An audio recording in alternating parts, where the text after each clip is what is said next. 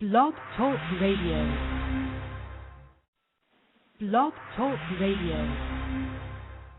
And no matter where you've been or where you might currently find yourself, it's not over. When God is in it, there is no limit. New Breed. It's not over. It's not finished. It's not ending.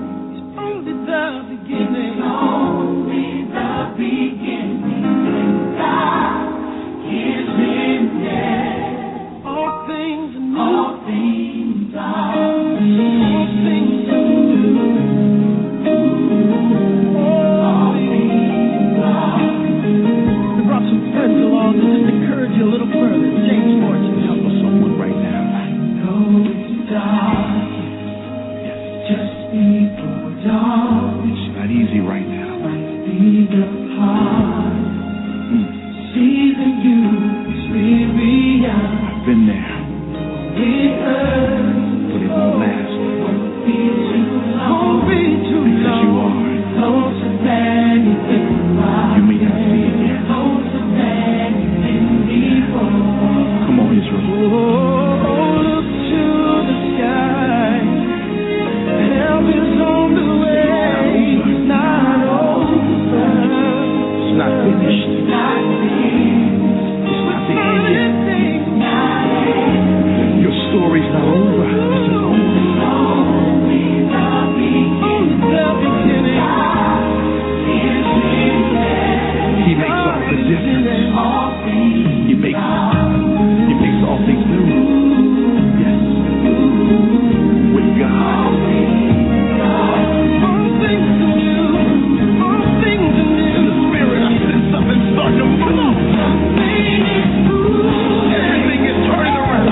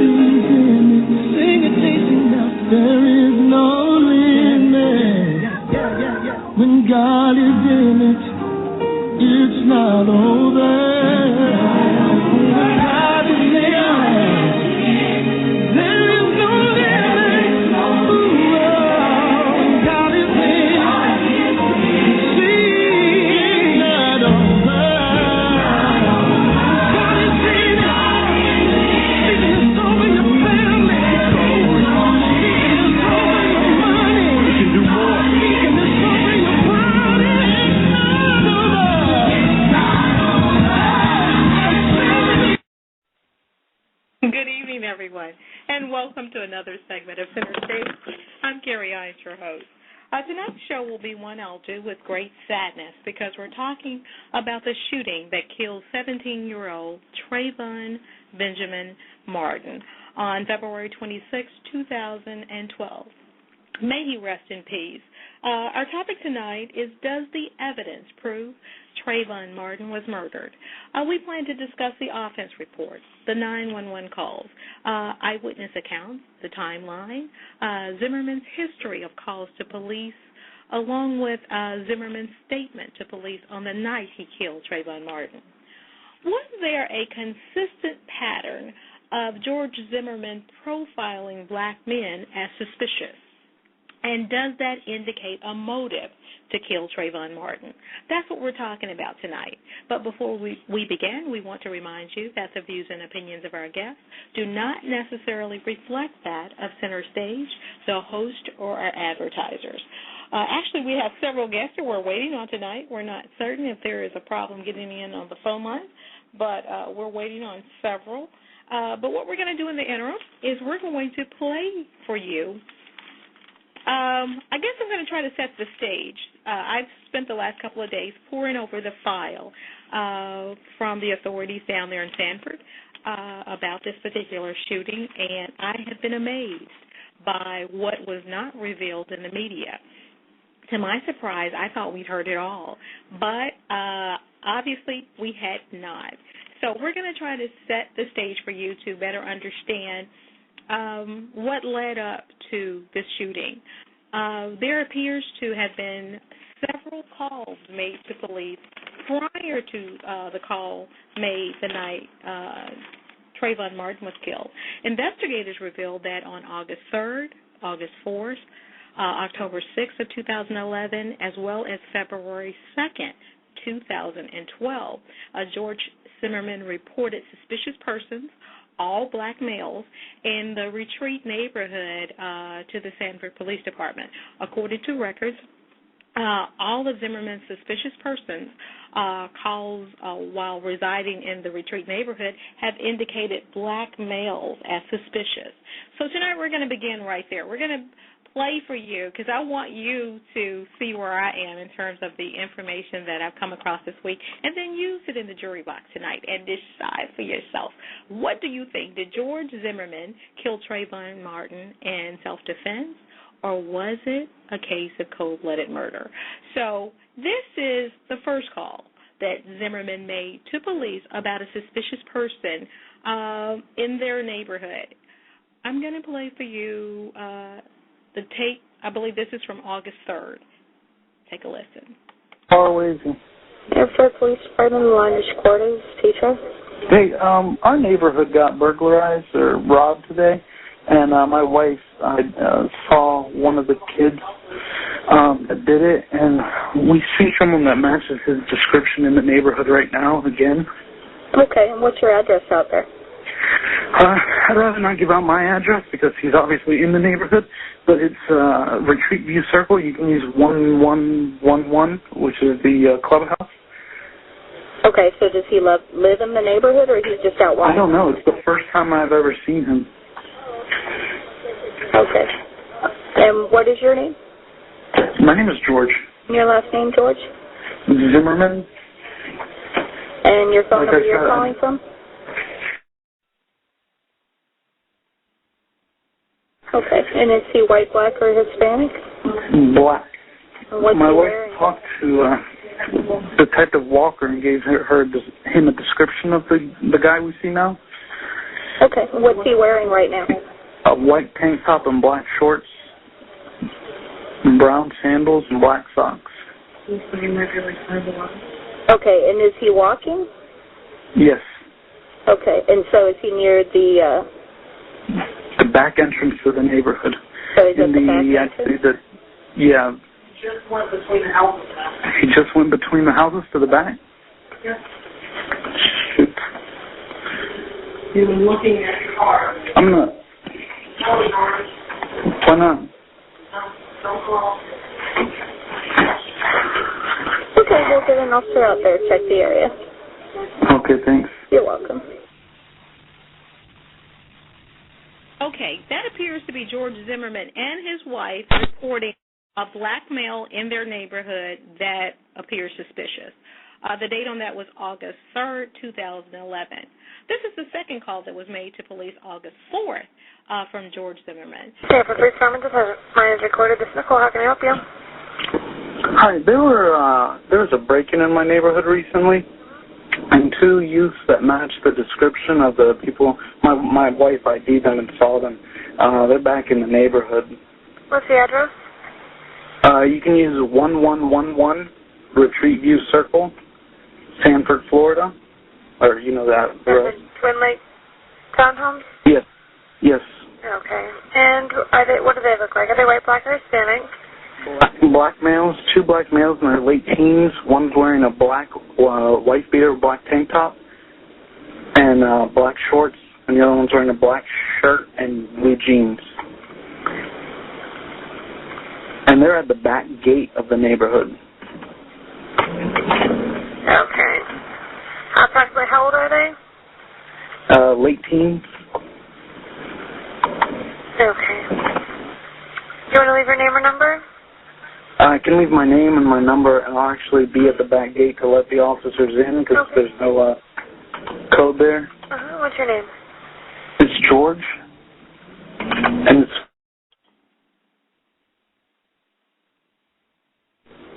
Okay. If you'll let the officers know, they typically run away quickly, and I think they head over to the neighborhood, the next neighborhood over, so you may want to send the unit over to Calabria Cove. What's it called? Calabria Cove. Okay. Yeah, Cove. All right, I'll let them know, and they are on the way, okay? Okay, thanks. All right, thank you. Bye-bye. Okay, that was George Zimmerman making his second phone call to police August 4th. Now we're going to play for you the call that he made on August 6th, 2011, about another suspicious black man. Hello, Kennedy. Sanford Police, this is my favorite recorder. Sharon speaking. Hi, I was just calling because we've had a lot of break-ins in our neighborhood recently, and I'm on the neighborhood watch. And there's 2 suspicious characters at the gate of my neighborhood. I've never seen them before.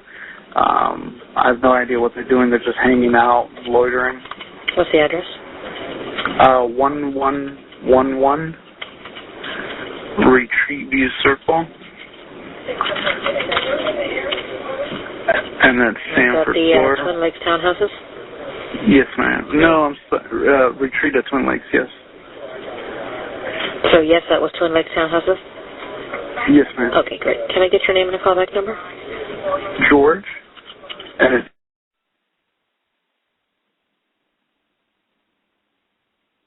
George, can I get a last name? Zimmerman. And Mr. Zimmerman, can you describe the 2 individuals? 2 African-American males. They looked, I know one was in a white Impala. How old did they look to you?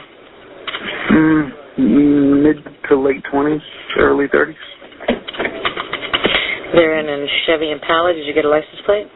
No, it's a white Chevrolet sedan. It's either an Impala or a Lumen of it. I think it's an Impala. Can you still see them?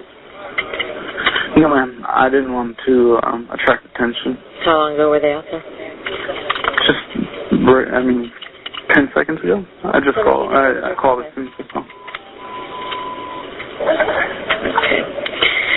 All right, we'll send someone out there and see what we can do, okay? Thank you, ma'am. Have a great night. You too. Bye-bye. Okay, now that was the third call that George Zimmerman made to police about a suspicious black person or persons in the neighborhood.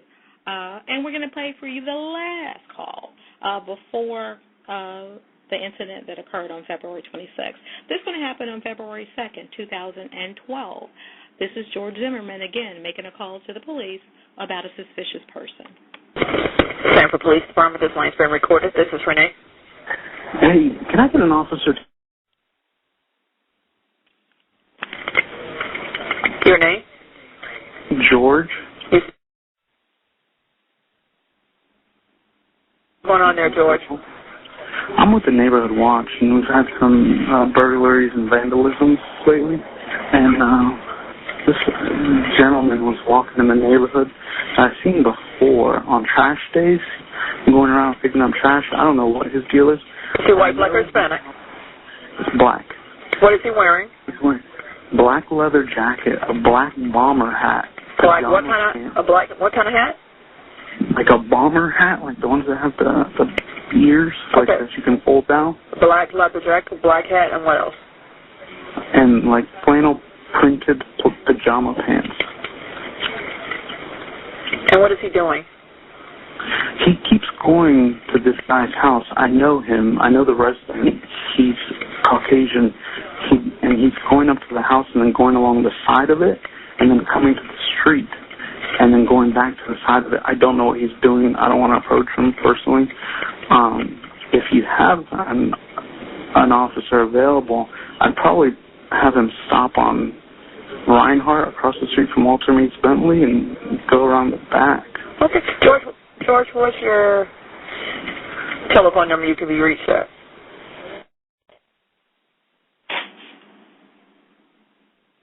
We'll get one out there. Thanks for calling.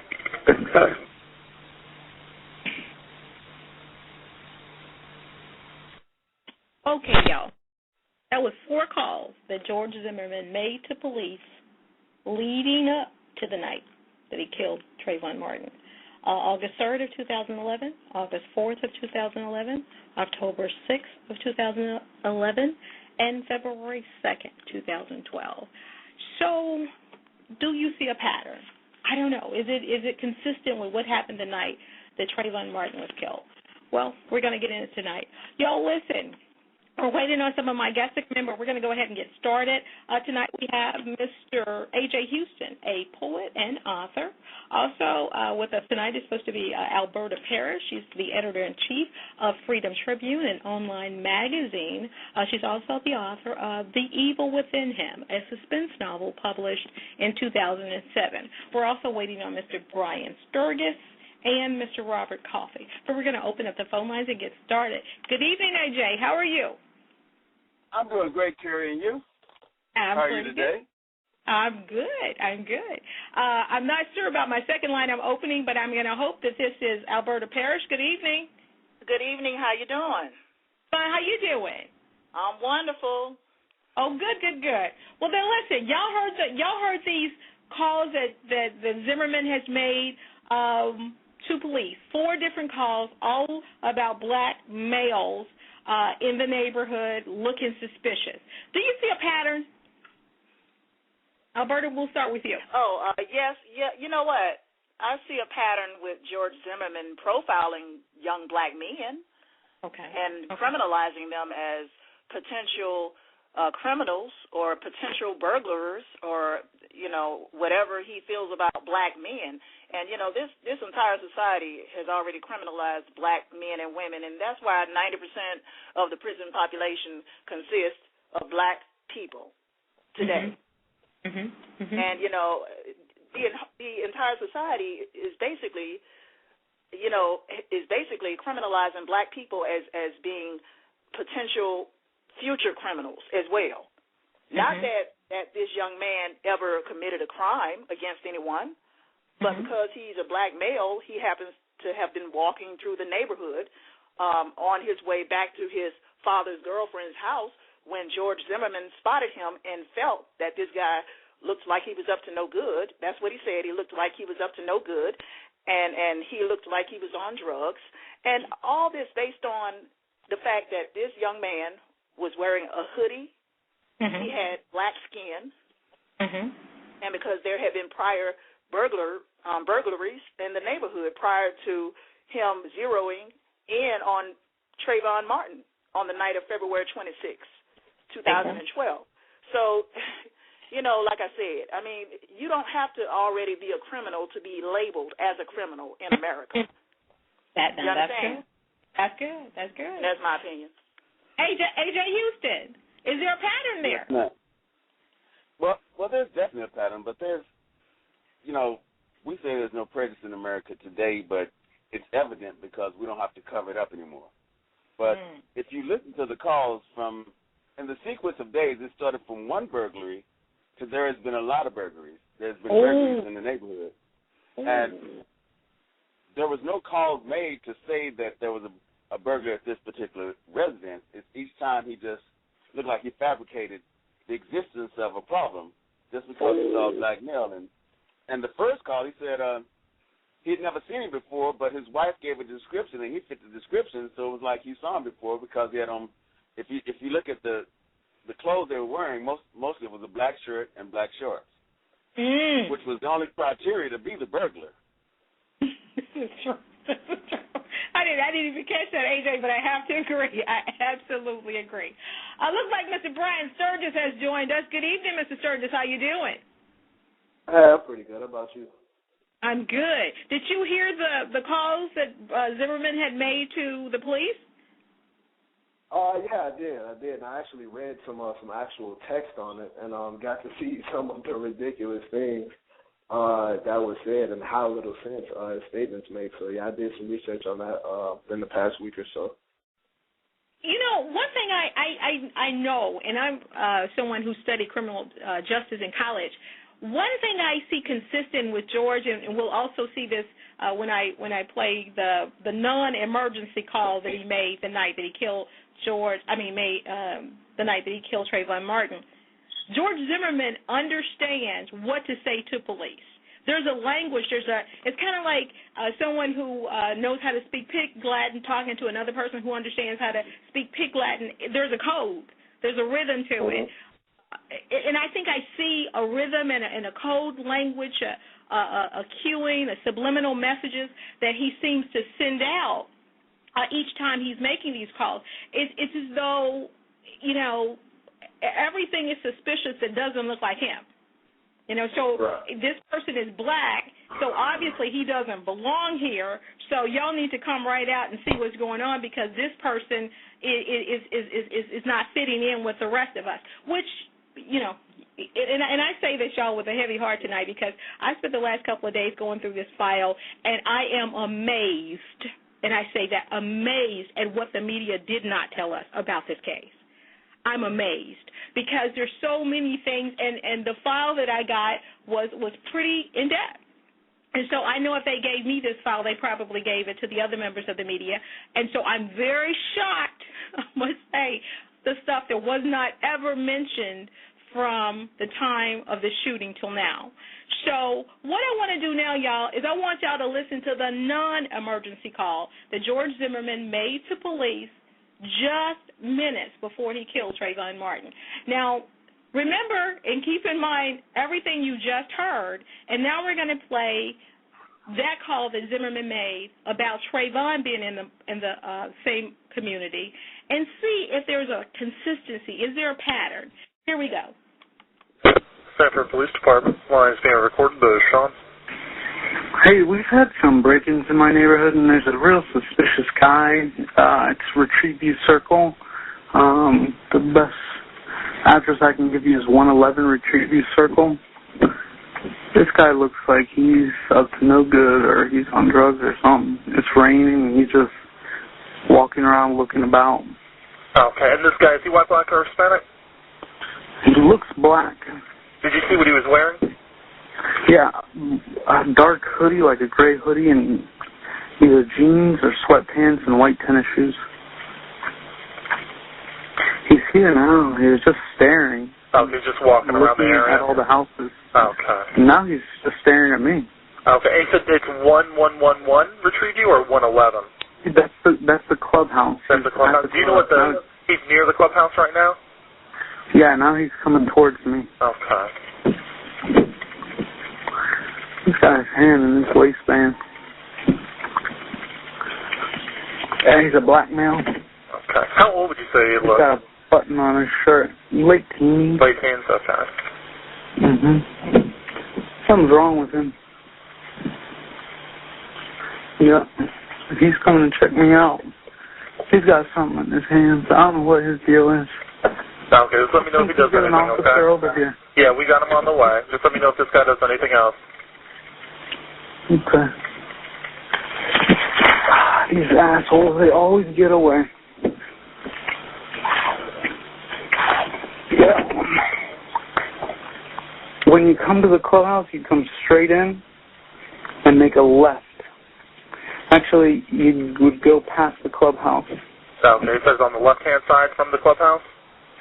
No, you go in straight through the entrance, and then you make a left. Yeah, you go straight in, don't turn and make a left. Shit, he's running. He's running? Which way is he running? Down towards the other entrance of the neighborhood. Okay, which entrance is that he's heading towards? The back entrance. Are you following him? Yeah. Okay, we don't need you to do that. Okay.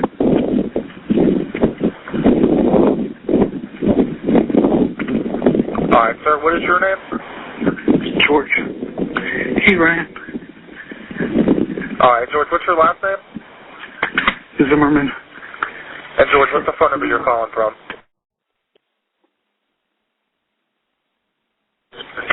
All right, George, we do have them on the way. Do you want to meet with the officer when they get out there?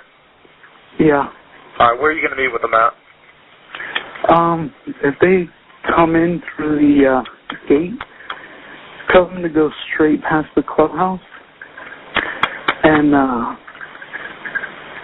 straight past the clubhouse and make a left. And then they go past the mailboxes. You'll see my truck. Okay, what address are you parked in front of? I don't know. It's a cut through, so I don't know the address. Okay, do you live in the area? Yeah. Well, what's your apartment number? It's a home. Oh, crap. I don't want to give it out loud. I don't know where this kid is.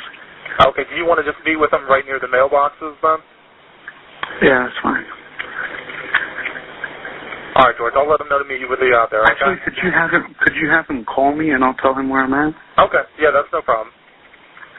You need my number or you got it? Yeah, I got it. Yeah, you got it. Okay, no problem. I'll let them know to call you when they're in the area. Thanks. You're welcome.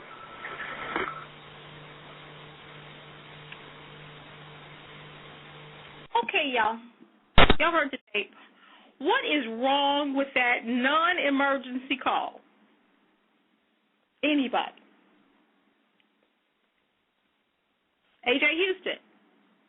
Well, first of all, the officer said, "Are you following?" He says he's running. He looks high. He's up to no good. His hand is in his waistband as though he was just profiling him completely, and then began to chase him. So if you're walking through a neighborhood and somebody just started walking towards you, you would think this person was particularly high. Or what's wrong with them? Because this is where I walk every day. Maybe he's not out there, but evidently was a route he'd taken before. But it's definitely profiling and definitely chasing him. So if somebody's chasing you, you definitely have to be on the defense at least. I mean, at what point does he identify himself that he's neighborhood watch? He doesn't. But the identifying to the police doesn't matter. When you're following somebody and chasing somebody, a young man, a teenager, that was just walking his usual route, just thinking everything was okay, and then you have some man chasing you. That's And but remember but Kheri, let me make this point. See, okay. We live in a time where they are kidnapping black boys and black girls and white boys and white girls. So you have some white man chasing you that you don't even know who it is. So you have all these things that you've seen in the media going through your mind. You don't know what the problem is. But if you're the neighborhood watch and you are on patrol, isn't it your responsibility to identify yourself to this young man? There's two particular instances, and we'll break down the timeline in just a second. He encountered Trayvon Martin at 7:11 p.m., and Trayvon Martin was shot by 7:17. So the first encounter when he said he's walking toward me, wouldn't that be an excellent time to say, I'm on the phone with police, I'm the neighborhood watch, do you live in this community? First opportunity. Second opportunity, wouldn't it be when they encountered each other before the altercation for him to say, I just got through talking to police, I'm George Zimmerman, I'm the neighborhood watch captain, hey, what are you doing here? Do you live around here? That would have been because you're saying you're in fear of your life, but at the same time you're pursuing someone in the dark, in the rain, when the police have told you not to, and it's evident that he continues to pursue him because you can hear him being winded still. And so you really want to ask yourself, who was in fear of who? Because it appears to me that George Zimmerman was the aggressor, yet he says that it was in self-defense. But anyway, I'm sorry, y'all. I'm just rambling. I'm just venting. I concur with what you just said. I concur with it. because on that same night, Martin was on the phone with his girlfriend, and his girlfriend heard Martin ask Zimmerman, "Why are you following me?" Yep. And, you know, and Zimmerman asked Martin, "What are you doing around here?" And then she heard pushing. You know, the girlfriend thinks that it was Martin that was pushed by Zimmerman because she says that Martin's voice changes, like something interrupted his speech. That's what she said. Wow. Then she said that she heard an argument, and shortly after the call was cut off. Shortly after the argument, the call was cut off. And then she called Martin back but got no answer. Remember that?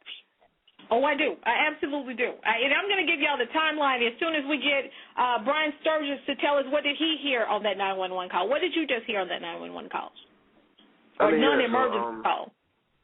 It's completely obvious that he did not identify himself as Neighborhood Watch to Trayvon Martin or while on that non-emergency call. And that's a big thing in that you have to identify yourself and who you are so people know who you are and what you're doing. So you can clearly see that quote unquote protection of the neighborhood or protection of his life was totally out of the question here. I don't think this is a thing of trying to figure out what his motive was. We can clearly, plainly, blatantly, obviously see what his motive was. I'm white, I have a gun, he's black, he's in my neighborhood, I'm tired of seeing this, and I'm going to go do something about it. You clearly hear the police officer tell him, the dispatcher tell him, do not pursue. He said, we do not need you to do that. And after he said that, Zimmerman was silent. I don't know if he wanted to act as though he didn't hear him say it, whether he didn't actually hear him say it because he was already running after Trayvon, but he clearly said, we do not need you to do that.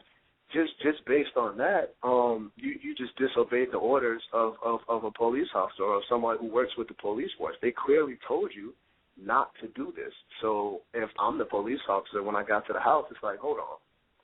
You told me that this kid was in the neighborhood.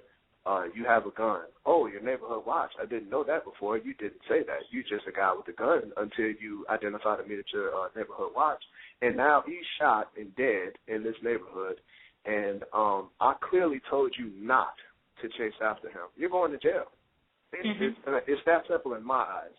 You're going to jail. You have to go to jail. You did what we didn't tell you to do.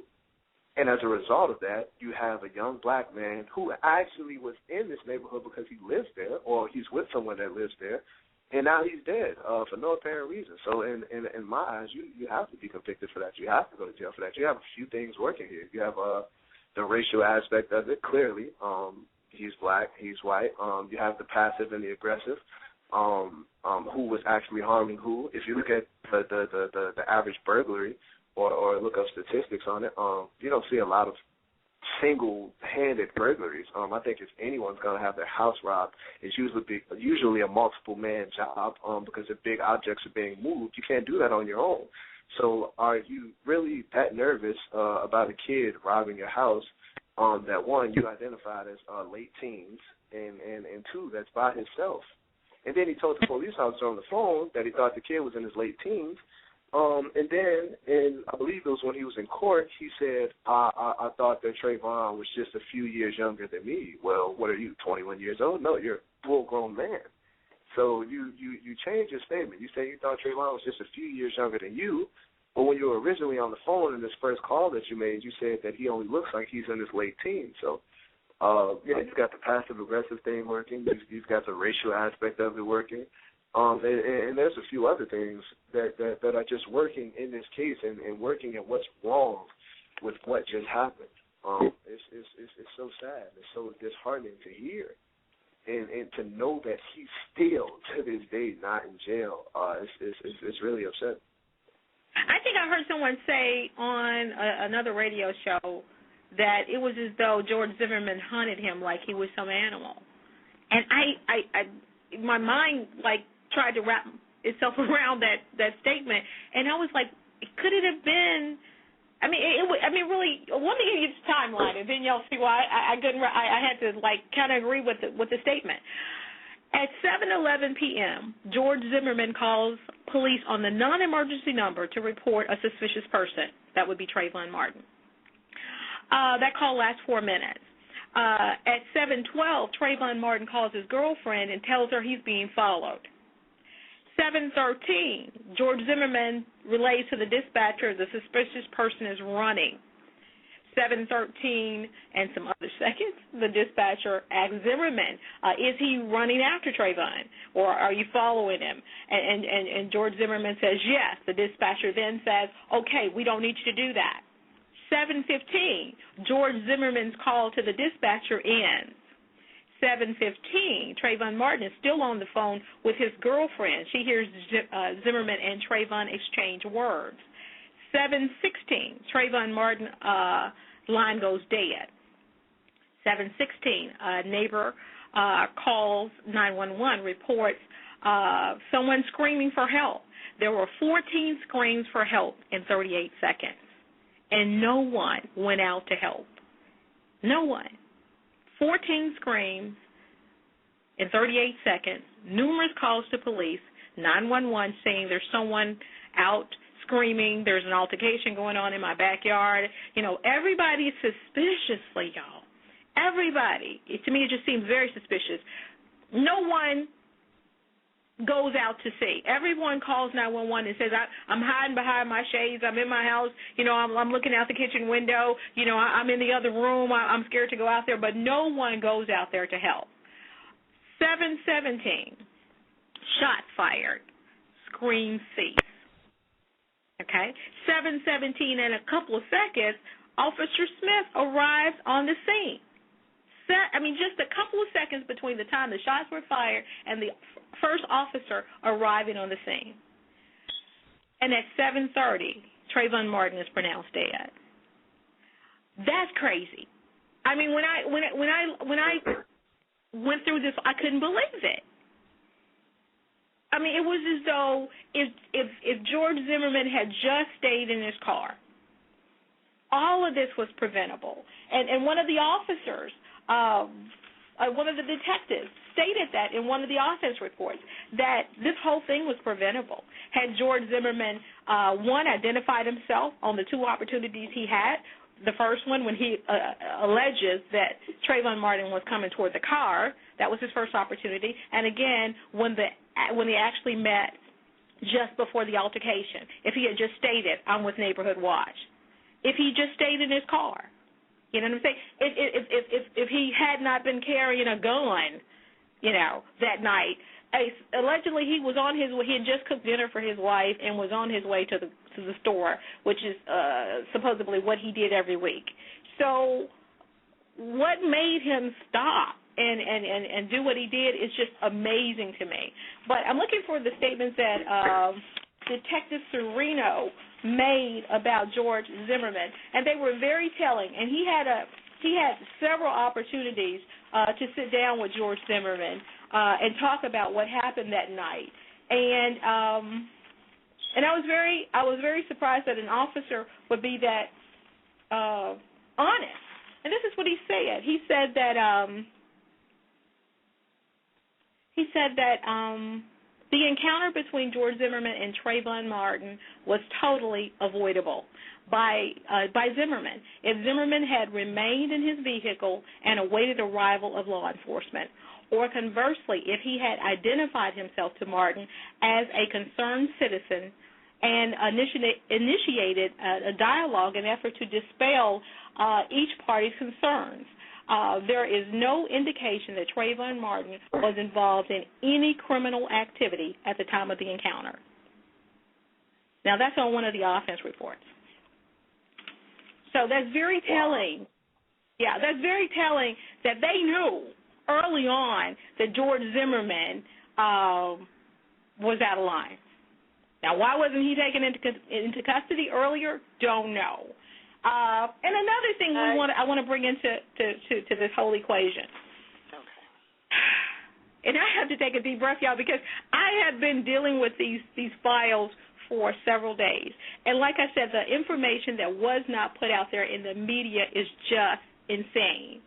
First of all, George Zimmerman was on two types of medications, something that was not put out. I beg your pardon? Oh, no, I said, I was agreeing, yeah, two ridiculous types of medication for this situation. Yes, he was on 2 types of medication. He was on Adderall, and he was also on temazepam. And those meds, from what I understand, are mind altering. They're typically they're given to people who have ADHD. And so I'm looking for the side effects of these drugs. But one, I know they make you aggressive. Another, they cause hallucinations. Another, I'm trying to find my notes, excuse me. But the drugs, one of the drugs even indicated don't take this drug and be walking around and looking at anything or anybody. That's actually what was said about the drug. So what was George Zimmerman doing out driving a car and driving a car with those type drugs in his system? I mean, that's amazing. This is what he was taking. He was taking temazepam, known to cause insomnia and anxiety, aggressiveness, and hallucinations. The U.S. National Library of Medicine says it cautions that after taking temazepam, patients should not be walking around trying to watch anything or anyone, and that if they do not sleep for 7 to 8 hours after taking that medication, they experience memory loss. And we know George Zimmerman probably did not sleep for 7 or 8 hours after that particular incident. And also, this Adderall that he was taking is known to cause worsening mental or mood problems. It causes aggression, anxiety, delusions, depression, hostility, hallucinations, and that's according to drugs.com. So both drugs can cause problematic side effects, including agitation and mood swings. Okay, y'all, what's y'all's thought on that? So, Brian, yeah, and it's ridiculous. You almost have to laugh about it. I don't know if I would want, and I'm in this neighborhood, I don't know if I would want this guy as the head of my neighborhood watch, and you have to take these types of medications just to keep you normal, and they don't even keep you normal.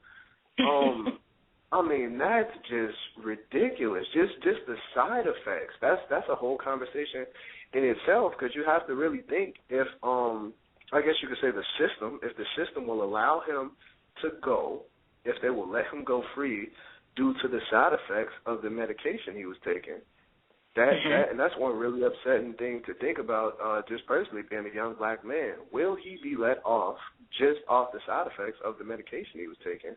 Really like to know. He didn't plead insanity. He didn't?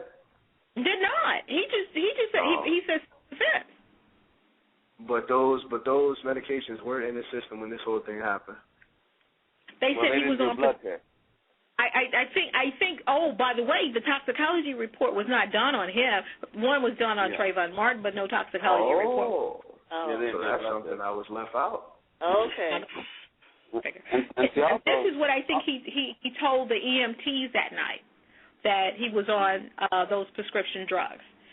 So, Alberta, would you want to come in contact with someone in the dark of the night, been on those kind of drugs and was carrying a gun?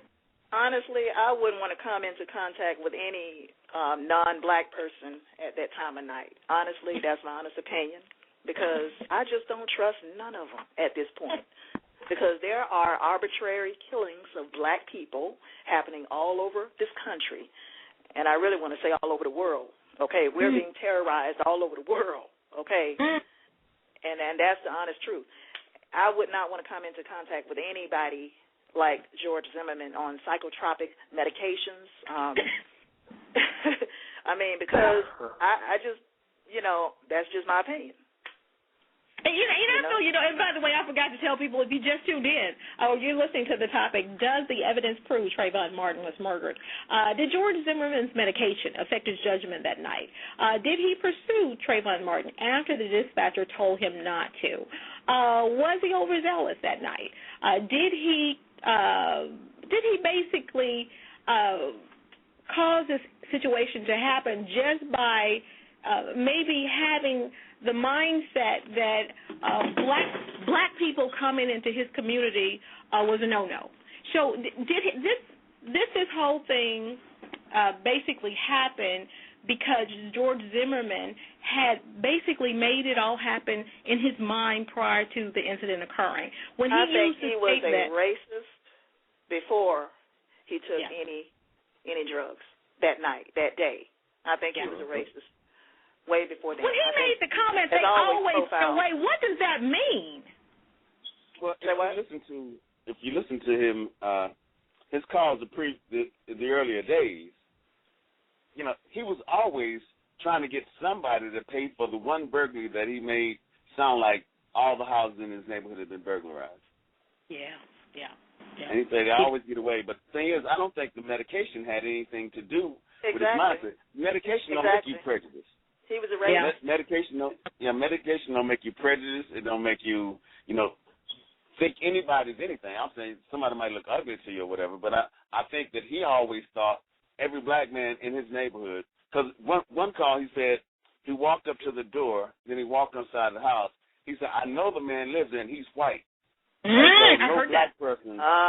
though no black person should be walking up to his door. Yeah, like he knows who visits there, and obviously no black people visit that house. It was kind of the knows they don't belong in the neighborhood. Exactly. And so, you just wonder, I wonder two things about the charge against George Zimmerman. Why was it not pursued as a hate crime? And then secondly, why is it just second-degree murder? I don't know. Well, you have to look at the area, the location, the cultural aspect of Sanford, and all the other things that they're used to. See, they're not used to being under the microscope, so all these things are commonplace for them. But under the microscope, they look like a lunch counter in Mississippi. Okay, AJ. And you know what? And you're probably right, because somebody explain this to me. Why did George Zimmerman's attorney, Mark Amara, ask the judge to allow the people that he was going to have to testify, that they be allowed to testify out of the public? What does that mean, and why? Why can't they go on the witness stand like everybody else? Why would all of the people that are testifying on his list of people to testify all need to testify in private? What does that really mean? Well, exactly what I just said. Yeah. You know what I'm saying? It's that, see, under the scrutiny of the microscope, when the American populace is looking and listening, your prejudice sounds prejudice. Yeah. And your prejudice sounds completely racial. Mm-hmm. But if you can keep it under wraps and undercover, you just make it sound like this is my personal observation. If you got a question or a comment tonight, get on the phone lines. Call us up at 347-850-8390. If you heard me quote a fact wrong, which I don't think I have, get on the phone line and tell me so. But I don't think I have. I have poured through this file nonstop every chance I got for the last 2 days, and I think I know this case inside and out. And one thing I had a question about, why has this particular case divided this country along racial lines? I'm sorry, if this had been a white kid killed by a black neighborhood watch captain under the same conditions that Trayvon Martin was killed, I'd still say something's wrong with the situation. I mean, I would still say, that's a hate crime. So why is it that in this situation it's divided the country along racial lines? But one thing, Kheri, when you're black and you commit a crime, you're guilty until proven innocent. Mm-hmm. In this particular case, a white man committed a crime, and it looks as though he's innocent until proven guilty. But I have a problem. If this had been at 5 o'clock in the evening, let's just say in the summertime, where you could clearly, the visibility was clear, and you could see everything about the person, maybe George Zimmerman could have made some of the statements that he made. But the conditions that night, y'all, it was dark. It was very dark, and it was raining. So how could George Zimmerman be able to tell so much about Trayvon Martin if the conditions were as I just stated? It's dark. It's raining outside. How is it that he was able to detect all the body language that he said that he detected. He was able to tell how this guy was looking. You know, he looks strange. He looks like he's on some drugs. You can tell all that on a rainy, dark night? I don't know, y'all. I don't think so. I mean, I'm just saying, I don't think so.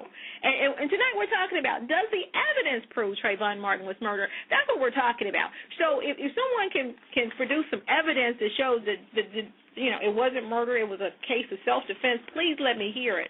But everything that I've seen so far, it makes me question what the heck went wrong that night. Why is it that this boy was killed in a matter of 6 minutes when he already knew that the police were on their way? What made him chase him? You know, and later when he's questioned by police and they're asking him, you know, why were you running behind him? You know, he begins to, you know, shift his conversation, and he says, well, you know, I wasn't running behind him. I was just actually following him so that I could get the direction of where he was going so I could relay that to the police.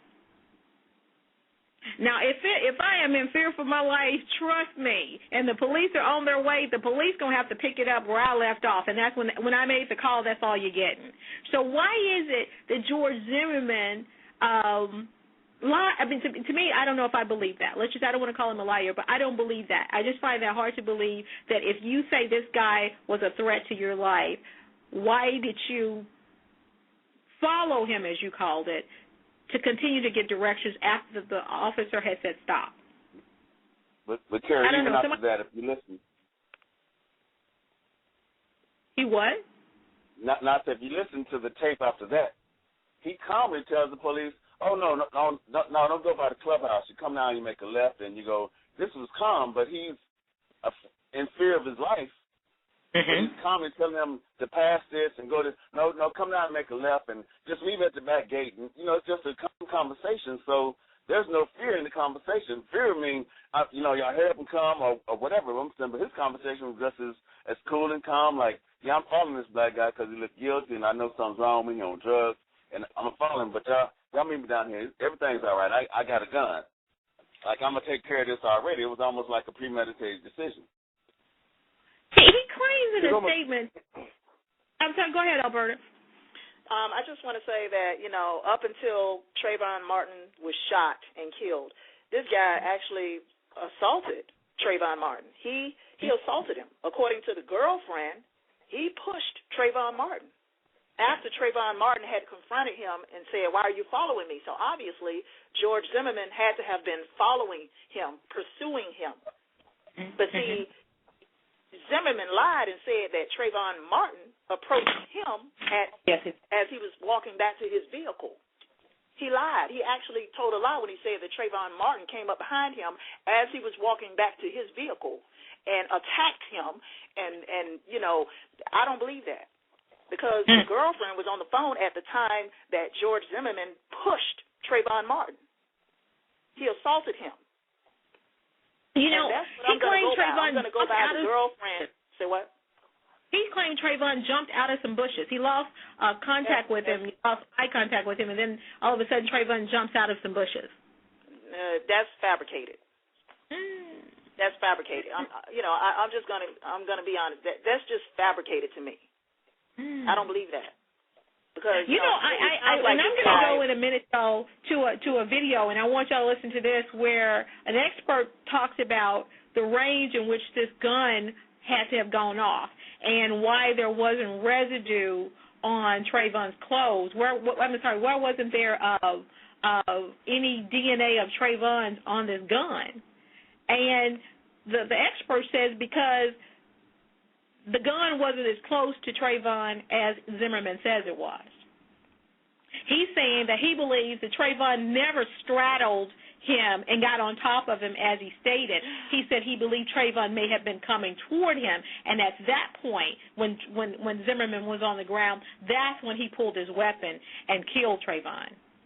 Now, that's an expert. And I really question several things because he says, you know, Trayvon had his hand over my mouth and my nose and he was smothering me. Y'all, we're talking about minutes here. You know, this isn't no 20-minute fight. We're talking about a matter of just, I mean, really like a couple of minutes that this whole altercation had to occurred. And they said that Trayvon only had one small abrasion on one of his hands, which indicated that the altercation couldn't have taken that long. So if they're struggling, as Zimmerman says that they're struggling, somebody puts their hand over your mouth, don't you bite them? Really?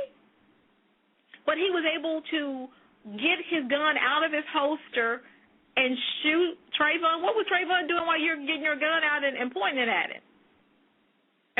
Only one shot was fired. Trayvon was hollering for help. Yeah. Trayvon was shouting, help, help, help. Yeah. And I believe y'all, and this is my opinion, and whoever doesn't like it, they don't have to, listen. In my opinion, everybody who heard those screams from that kid and didn't come out to help him, his blood is on your hands as well.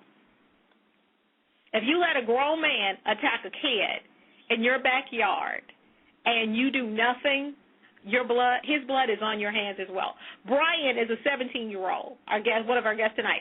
If I saw someone attacking this young 17-year-old, and Brian looks like he's pretty tall, y'all, I still will feel compelled to do something. I'm going to yell out there and say something or try to distract, the person who's pursuing. I'm going to do something, And so I just feel like everybody, if you listen to those eyewitness accounts, they're just chilling. Everybody appeared to be like they were just so afraid to go out and do anything. And then no one wants to say Zimmerman did anything wrong. I just find that suspicious. You know what? There were people in the neighborhood, you probably know this, there were people in the neighborhood who had complained about Zimmerman. Like in the months prior to him killing Trayvon Martin, they had complained about his aggressiveness toward neighbors. You actually had, not to cut you off, you actually had one guy that was at a meeting that they had in the neighborhood who was pulled out. He was escorted out of the meeting for truly voicing his opinion on what he felt that Zimmerman had been doing and his, like you said, his methods and his efforts to quote-unquote control the neighborhood. And the guy was outraged with what was going on and his complaints.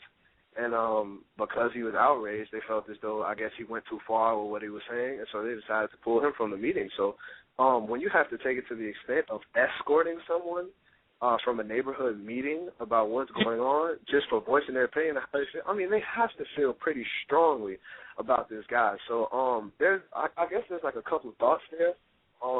Did no one go out and help because they knew who it was? This is like, oh, shoot, that's Zimmerman. Is that Zimmerman again? Oh, man. I don't know if I want to go bother him.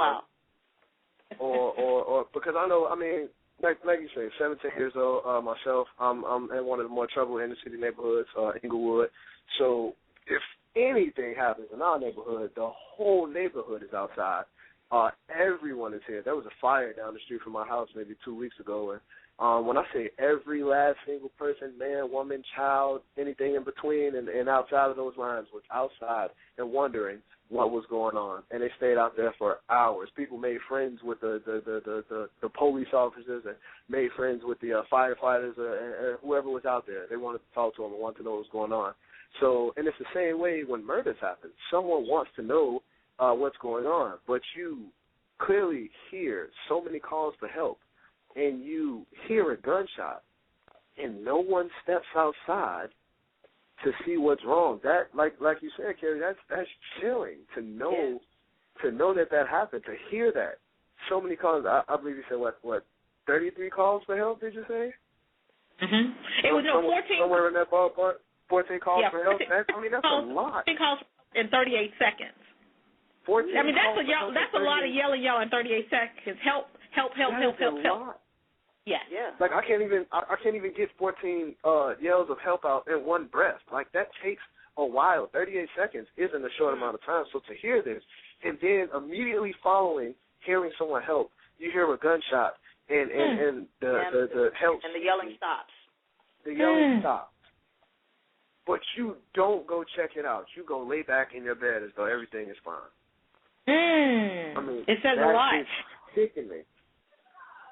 Well, what's amazing to me is George Zimmerman, says that Trayvon Martin approached him, but we think maybe that didn't happen like that. But that said, when you're looking for somebody in the dark and you got a gun, why is it that you don't appear to have thrown a punch at all? Is it because you had your gun and you knew you didn't need to throw a punch because you had your gun? Because it seems like to me if there was a fight going on, didn't you land any kind of punches? He had no abrasions whatsoever other than his nose was bloodied and those tiny scratches on the back of his head. That's it. I mean, there couldn't have been a physical altercation. There couldn't have been a physical fight. It was obvious that Zimmerman was the aggressor. He approached Trayvon, and when he approached Trayvon was scared because Zimmerman had his gun. And that's the reason he was running, because he was being chased for no apparent reason, as I would do the same if I'm just walking home and it's late at night. I just came from the store, and now I'm being followed by this random guy, this white guy, who looks to be on drugs, and he thinks that I'm on drugs. I'm going to run, too, because it's like, and then he confronts Trayvon and pushes him. And then you confront me, you push me, that's a problem. So you confront me and push me, and I'm assuming immediately after pushing him, he pulled his gun. And when he pulled his gun, that's when Trayvon started yelling, help, help.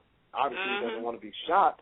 And then yelling help and not having anyone to come help him, he was shot shortly after that. That's my opinion. I think that's what happened. That could be very true because the police initially asked George Zimmerman when they played one of the 911 tapes where you could hear someone yelling for help. The police asked George Zimmerman this question, y'all: "Is that you?" And George Zimmerman said, "That don't sound like me." What do you mean it don't sound like you? Don't you know if you yell for help? That doesn't even make sense. Y'all, that doesn't even make sense. How do you not know if that was you that was yelling for help? This is in the file, y'all. George told police, it doesn't sound like me. And let me tell y'all this. There were some police officers that tried to basically make the neighbors think that it was George Zimmerman yelling for help. Yes, they did. That same night. And there was a neighbor that said, I heard George yelling for help. But then he retracts his statement later on. Wow. Yeah, there was a neighbor that knows George Zimmerman, a white guy that know him, that retracts his statement later on after he said originally that George Zimmerman was the one yelling for help. Okay. So they tried to hold Tracy Martin's words to him the day after, I think a day or so after the shooting. They played the 911 tape of Trayvon the screams for help, let's just say that. And they asked Tracy Martin, is this Trayvon? And he says, I don't think so, or I don't think so, or whatever. Well, they try to hold him to the fact that, okay, it can't be Trayvon Martin because you said, it wasn't your son. But at the same time, Zimmerman said, I don't think that's me. So. Right, so who's yelling for help? Somebody got to be yelling. I heard the 911 call, and that's a young black boy. Yes, I know. I heard it. So young black boy, clearly a young black boy. Does somebody have that tape? I have lost my verse. I don't know where I buried mine at. I put it on the computer, and does somebody have that tape of the yells that y'all can play? I know I gave it to in Alberta. I would love for y'all to play that because it is chilling, y'all, to hear those screams, and then all of a sudden they just stop after the gunshot. It's chilling. It's just, it's like, do you have it, Alberta? Yeah. And wait till you hear this. It's just absolutely mind-boggling that people heard these people scream. They heard this person screaming. My belief is that it was Trayvon. He was in the wrong place, at the wrong time. He realized he was in trouble. In my best estimation of what happened, and I believe this young man was screaming for help. That's just me. I really believe that. I could be wrong. I'm not a voice expert, but this really seems like someone that's saying, "Get out here and help me because I am in trouble." Okay. And so when you hear it, you'll be able to decide for yourself. But it was just unbelievable that no one in that neighborhood was unafraid to walk out there and see what was going on. Everybody says we didn't see the altercation when it began, so we don't know who the aggressor was. Every single statement they said that, y'all. No one would ever admit that they saw what happened when it started. They all said, we saw Trayvon on top of Zimmerman, but no one ever said that they saw Zimmerman approach or Trayvon approach. You got it, Alberta? I got it. Okay, let's go. I'm going to play it now as loud as I can. Okay, hold on. All right. What is your emergency for police, fire, or medical? Police, please. For what address or location? I'm at... There's someone screaming outside.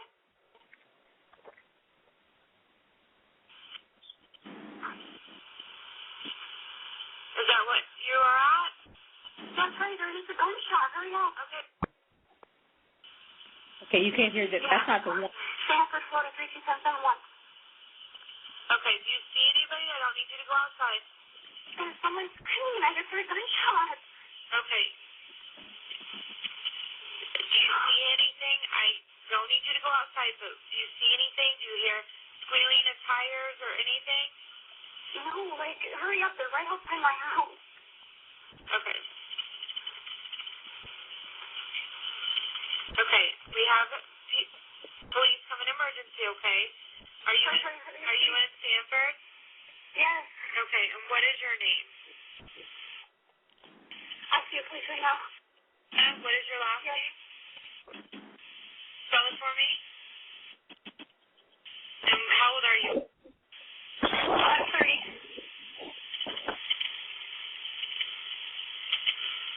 Okay, and do you see the officer?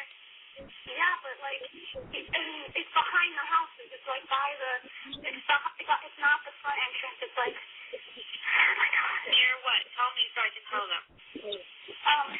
If you're looking at my house, it's behind. It's by my back porch. Okay, tell me it's from behind your house? Yes, the back porch.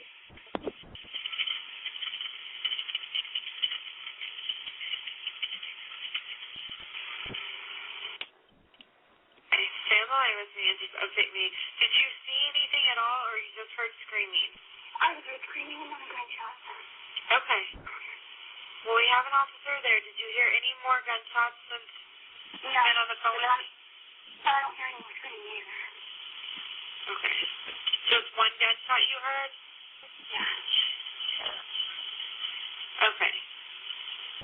Okay, well, hurry up. Okay, we have officers out there, okay? If anything changes, give us a call back, but we do have several officers there, and one officer is there, okay? Okay. Anything? I'm not sure, ma'am. Okay, that might be the wrong one. Let me go to the third recording. It's the third one. I think it's the third one. Yeah, it's the third one, okay. I got it. 911, do you need police, fire, medical? Maybe both. I'm not sure. There's just someone screaming outside. Okay, what's the address that they're near?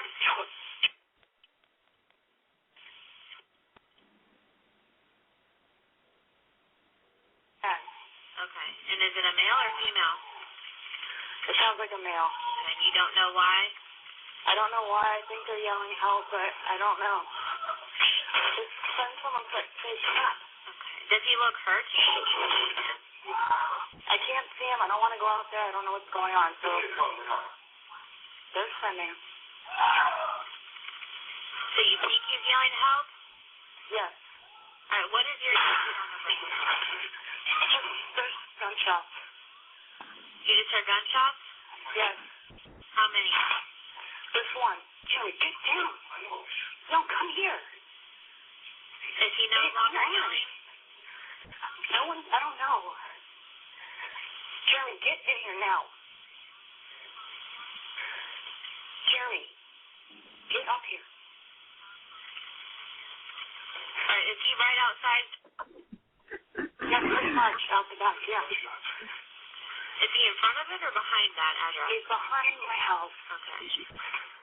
Okay. That was clearly the voice of Trayvon Martin. I can hear somebody hollering help, and I ain't even over there, okay? I mean, what does she mean? I think I hear somebody hollering help. Really? Wow. AJ Houston, that's your first time hearing that. What do you think? Well, actually, it's not my first time. Yeah. Actually, that's not your first? Okay, gotcha. No. But I'm saying I was following it when, on MSNBC, Reverend Al always had him on there in the beginning. He was going through the whole scenario a year ago when they made this thing prolong this long. Okay. Because there's no way that this should be extended this far with the evidence that they have.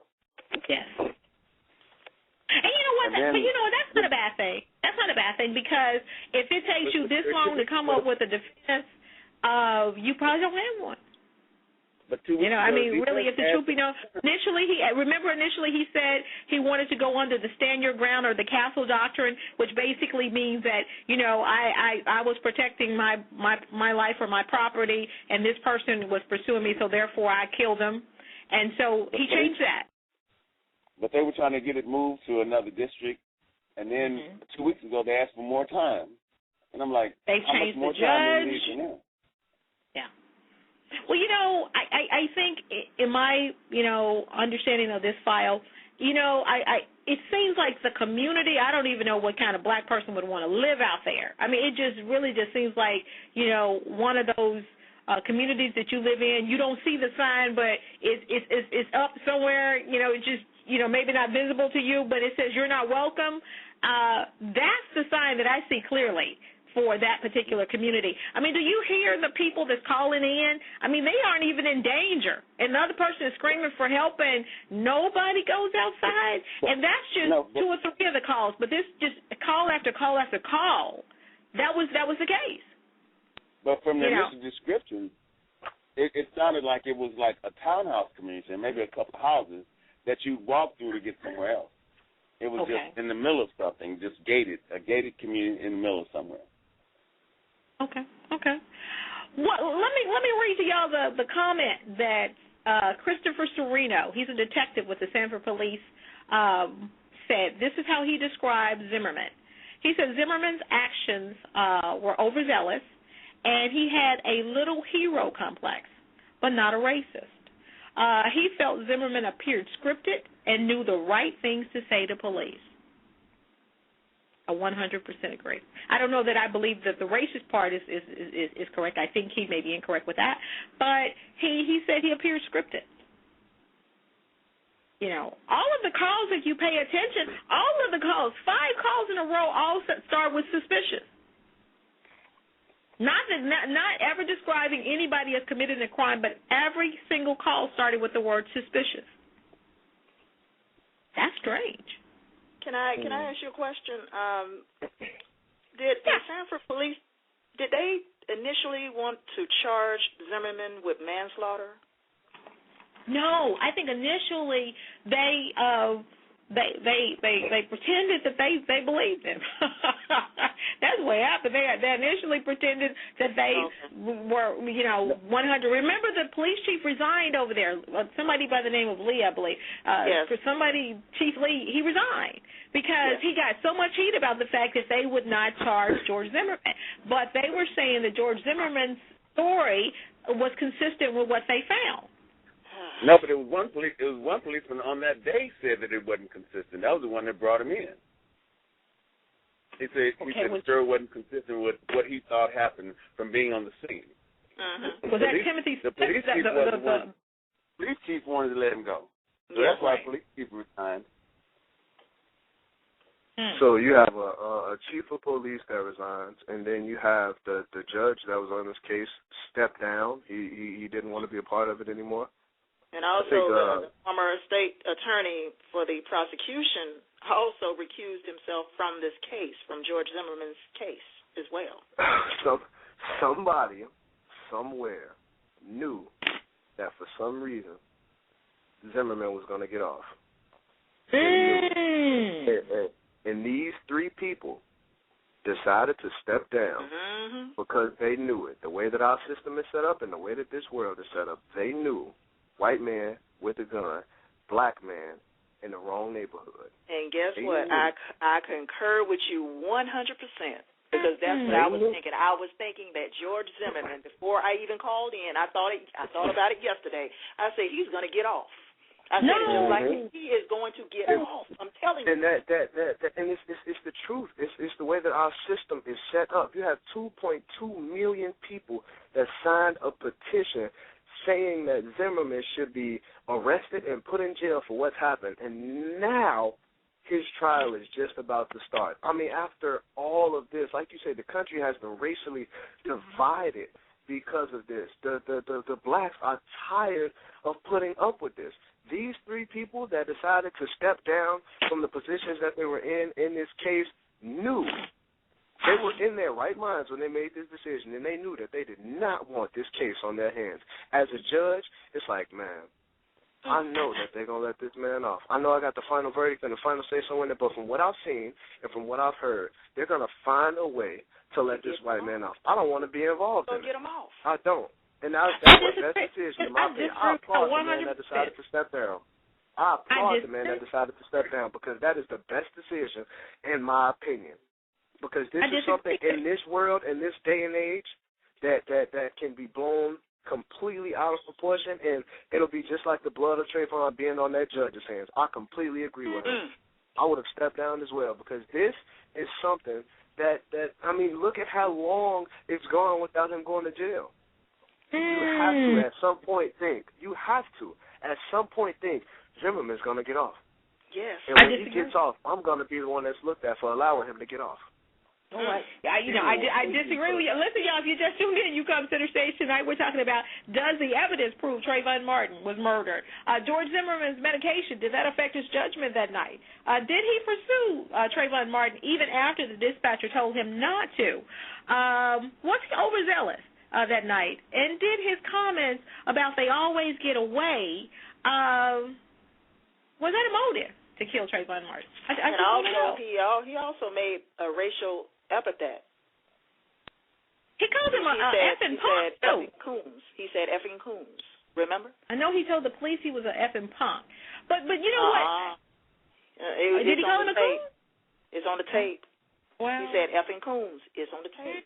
But the police turned in a version to Zimmerman. I'm sorry, to the attorneys of Martin's family without those words. Wow. Yeah. The police, after police turned in a tape without those words. And, this is the thing. This is why I say he won't get off, y'all. And if I was a betting woman, I'd bet y'all money on it tonight. You know what? I would. I tell you why. I think initially they hid behind the fact that everybody didn't know the story. But the file that I have, it is very telling. And so I think that they know that there's too many people that know. I mean, we have all the offense reports that were written by all the police. We have the autopsy reports. We have all of those things. It's just too many people that know that that's just not the truth. Let's just say that. So I don't think, coupled along with the fact that George Zimmerman has a past. Y'all remember he had battery against a law enforcement officer? And then he had a situation where he had a restraining order from a previous girlfriend. So George Zimmerman is not somebody who is like without a record, when you take the medication, you take the prior record, you take all of these calls that he made to police basically saying the same thing. Trayvon Martin was just an accident waiting to happen. He was just in the wrong place at the wrong time. It could have been anybody that was black walking through that subdivision that night that would have probably came to the same fate. That's really what I believe. It wasn't about Trayvon Martin. It was about any black person walking through that community. And George Zimmerman coming upon them, they were in danger. I mean, this guy was carrying a 9mm Kel-Tec. I mean, that's a lot of firepower, y'all.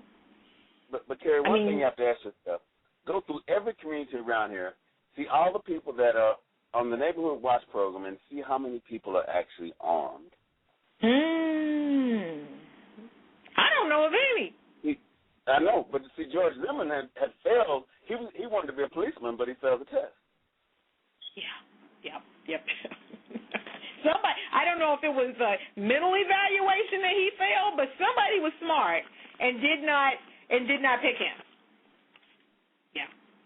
I don't know. I just see, so many things wrong. Let me ask you, AJ. Brian and Alberta think that George Zimmerman is going to walk. Do you think he's going to walk? Oh, no, I don't think so. Because when you get to the point to where it's microscopically looked at, and you go through all these things, you have these biased juries, but you have to pick a jury of peers, which is not going to be all white people, even in Sanford. Right. So I don't see how they could have any information that they could present aside the information that we've already looked at that would make George Zimmerman seem as though he didn't pursue him, as though he was attacked. Because even when he said in the beginning of the tape that he was walking toward me, now he's looking at me, and then he started running. So if he's running, he's not running towards you; he's running away from you. So that dispels any other thing that George Zimmerman said happened after he began to pursue him. Now, I'll tell y'all something that's suspicious, and y'all tell me what you think. On the screen, if you look at the screen right now, we got 3 pictures of George Zimmerman. One is with him standing upright, and you can see his jeans and his jacket. Does that look like a man who's just really been in a fight? I mean, if you pay attention, the man doesn't have any dirt on him. He doesn't have any grass on him. It's a rainy night. He claims that he just got out of the grass with this guy. Pay attention, y'all. They said the back of his clothes was wet, but I never saw any pictures of the back of George Zimmerman's clothes. Okay? I see the front picture. Front picture looks pretty clean to me, but I haven't seen anything that shows grass stains or anything on the back of George Zimmerman. If they say the jacket was wet, that's consistent with the freaking fact that they were walking in the rain. If it doesn't have grass stains and mud on it, I question whether he was in the ground. He was on the ground. All that was actually the evidence I was saying. That's all I'm saying is once you look at the evidence, you look at the timeline, and you see that none of the things could have occurred the way George Zimmerman tried to present them. And that's why I question he'll walk. I mean, I think. If all this hadn't become very, very public and all those protests and all those things hadn't gone up, forth and all this stuff hadn't been in the media, George Zimmerman probably would have walked. But I think it's a case in which he reminds me of a case that happened in Oklahoma City. There was a pharmacist named Jerome Ursuline that was robbed one night by 2 young men. They came into his pharmacy. One had a gun, one didn't. But the pharmacist was I think, a marksman. But anyway, he had 2 guns under the counter. So when they came in with one of them pointing the gun at him, right at closing time, he just pulled his gun from under the counter and just shot the one that didn't have a gun one time in the head, took him down. Instead of him stopping at that point because the one that did have the gun ran out of the store. Well, what he did, he pursued the one that had the gun, followed him outside the store, and emptied the gun. Then he returned inside the store, stepped over the boy who he had shot, went and got the second gun, loaded it, and then came back and emptied it into the young man. Well, initially, it was a clean shot. The first one he would have gotten completely off with because he could have simply said it was self-defense. They were robbing us. We were in fear for our life, so I shot him. But the fact that he came back and shot him additional times, then that's cold-blooded murder. Well, the same with the situation with George Zimmerman. Had Trayvon came to his car and assaulted him in his car and he killed him somewhere in the proximity of the car, it would have looked like Trayvon was the aggressor. But the fact that George Zimmerman got out of the car, pursued him, you can even hear him running toward him, and he even acknowledges to the dispatcher, I'm running behind him. That says he's the aggressor. So to me, it's almost the same scenario in which when you pursue someone to that degree, you are the aggressor. Therefore, that's murder. That's just my opinion. And I don't see how any jury, white or black, in this country can find George Zimmerman not guilty. That's my opinion. I just can't see that. Now, it could happen, but I guarantee y'all, there's going to be problems if that happens. I mean, and I ain't saying it's coming from center stage. Say what? There's going to be ridiculous problems. Yeah, correction. I don't believe he's going to walk. I believe someone somewhere has a heart. I believe he will be convicted to prison. But I was just saying, with those three people that decided to step down from their positions, at that time, with what was going on, it's like, oh, man, I think this guy may walk. Now, like you said, now we have too many people that know extremely too much. So there's no way in this world that he could be allowed to walk. But at that time, when they did decide to step down, I don't think enough people knew enough about what was going on for him to be proven guilty. So their first thought was, man, I need to get out of here, and I need to get out of here as quick as possible. But yeah, all signs lead to imprisonment. It has to. Everything lines up with him being guilty. Nothing in any of the information that we have, in any of the articles that we've read, and any of the research that we've done can prove him innocent, can justify what he did. And there's just no way. I mean, seeing it from a young black man's perspective, of course the first thing that you think is, yeah, he should go to jail because he's a white guy and he shot a black kid. I mean, that's the first thing you think. But when you really delve deep into it, and you see the facts behind this, and you think about what actually happened that night, it shouldn't have even been a case of wrong place, wrong time. The kid was just walking home. And that's what, you know what, Brian, that's what concerns me so much when I read the threads on these stories about this case, and people are calling Trayvon Martin a thug, and I'm thinking, a thug? Do they know what a thug is? I mean, what has he ever done in his background that indicates that he's a thug? I mean, he was a kid being a kid. And so a lot of black men. So what they did think about a lot of black men, that they're thugs, that they're predestined to criminality. You know, that's what they think. And I mean, that's how they classify all They Chicago. went to his Facebook page. They went to his Facebook page and found a picture of him, you know, with the gun in the picture. Then a picture of him smoking marijuana. So they're trying to, but this isn't evidence because this, if you didn't know the person, you can't bring anything in that has nothing to do with the case. But they're trying to put all this out in the public to smear his image. Well, in the country where I live, and down here, they let 17-year-olds shoot guns. So I don't know what him showing him pointing a gun or having a gun. That doesn't. I mean, what does that mean? I mean, AJ and I live in an area where. But it's an image thing. Yeah. Yeah, it's to classify, and I guess you could say justify murders. It's the way to classify murders in Chicago. Every person that dies that's young and is black, it's always considered gang violence. We had a young woman, Hadia Pendleton, that died, and their first thought, another kid lost to gang violence. Hadia Pendleton was just at the inauguration a couple of weeks before that. What does that have to do with gang violence? She went to the park with her friends after she finished taking her finals one day after school. What does that have to do with gang violence? Like you said, it's an image thing. It's the way that they portray everything negative that happens when it involves killing in the black community. Like, I just lost two friends. It's crazy because I was playing basketball with them the day before they got shot, and they got shot sitting on the porch of their home. A guy approached the porch with the gun and asked them if they knew someone that was in the gang. Neither of them were in the gang. And he shot the first guy 11 times, and he shot the second guy 3 times. And one's in critical condition in the hospital right now. The other one died, and his funeral is tomorrow. And immediately, gang violence. Neither of my friends were in gangs.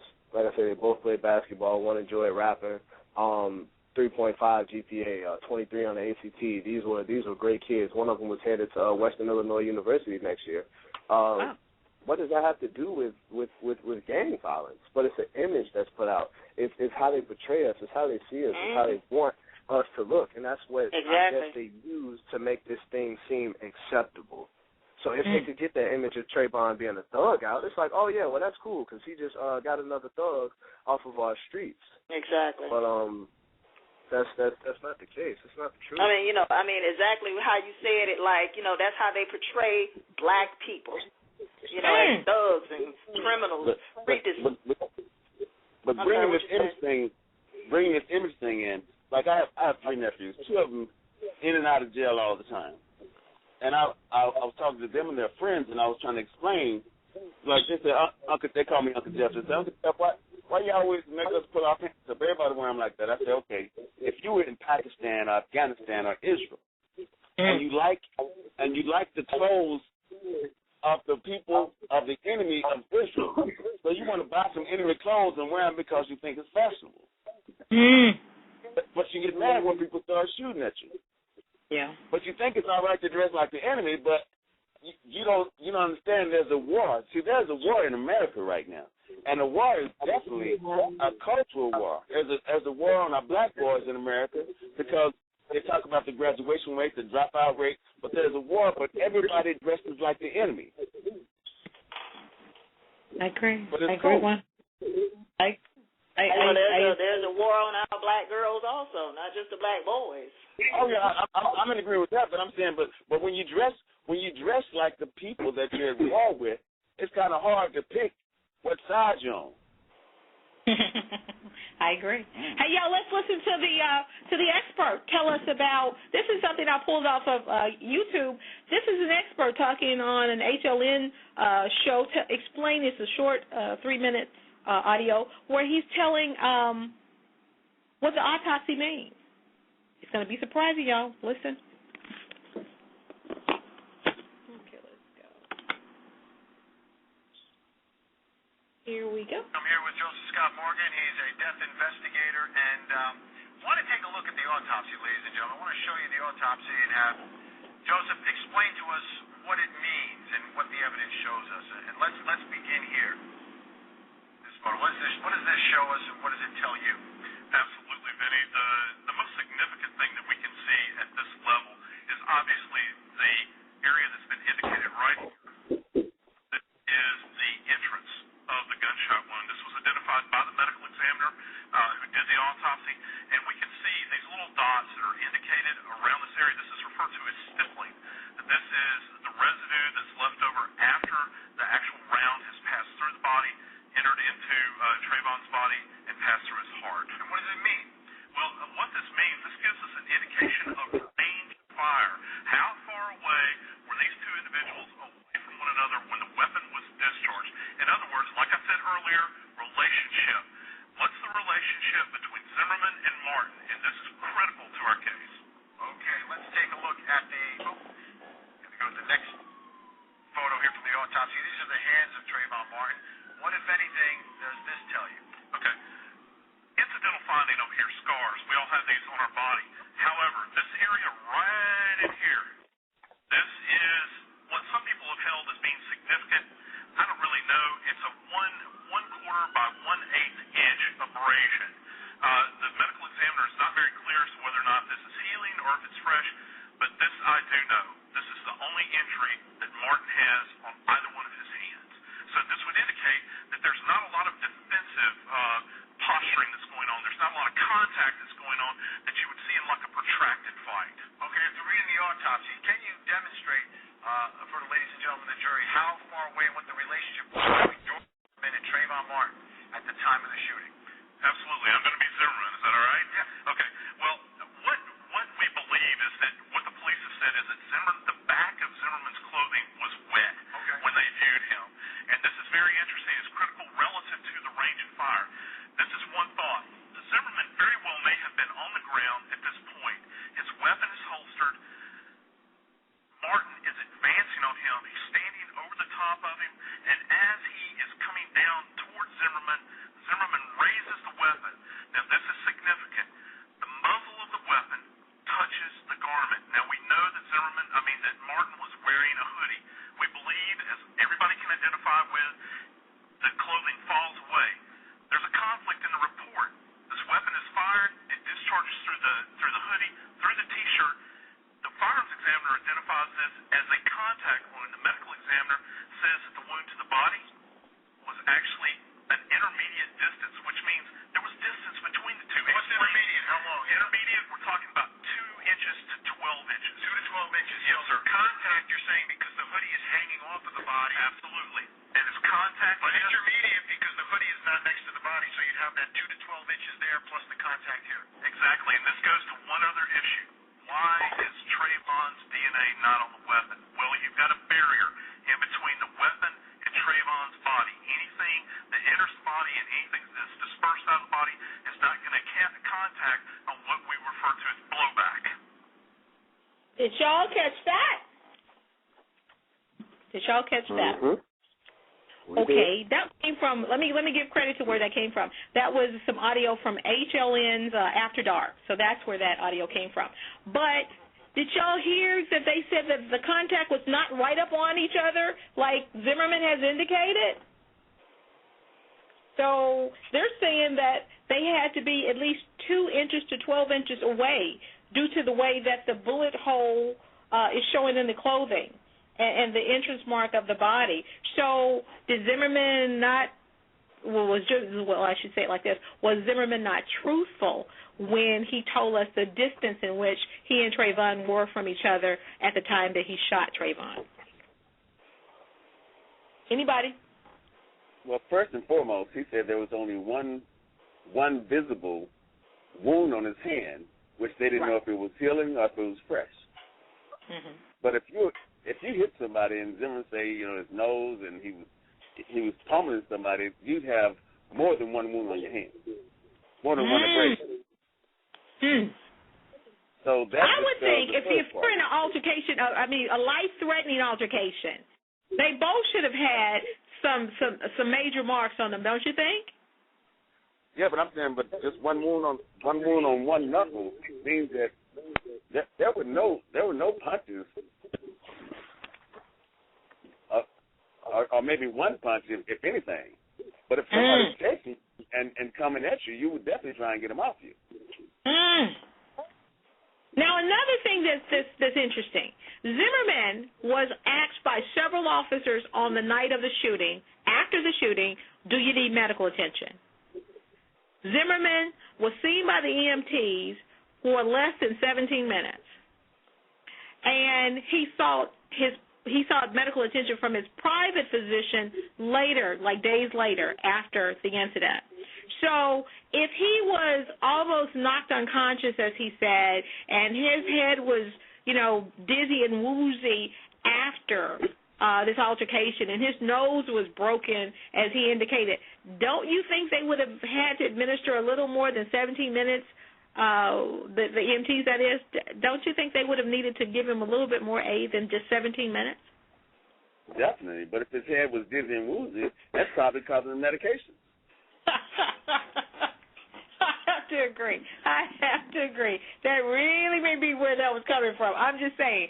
So it's just so many inconsistencies. Now, y'all, if we can dissect this case, then we ain't, like the professionals going to do it in the courtroom on the 10th, but if we can sit back and look at all the things wrong, and we've shot bullet holes all through this defense tonight, and if we can do it, we know the professionals should be able to at least bring up these issues before the court. And we've done it in 2 hours.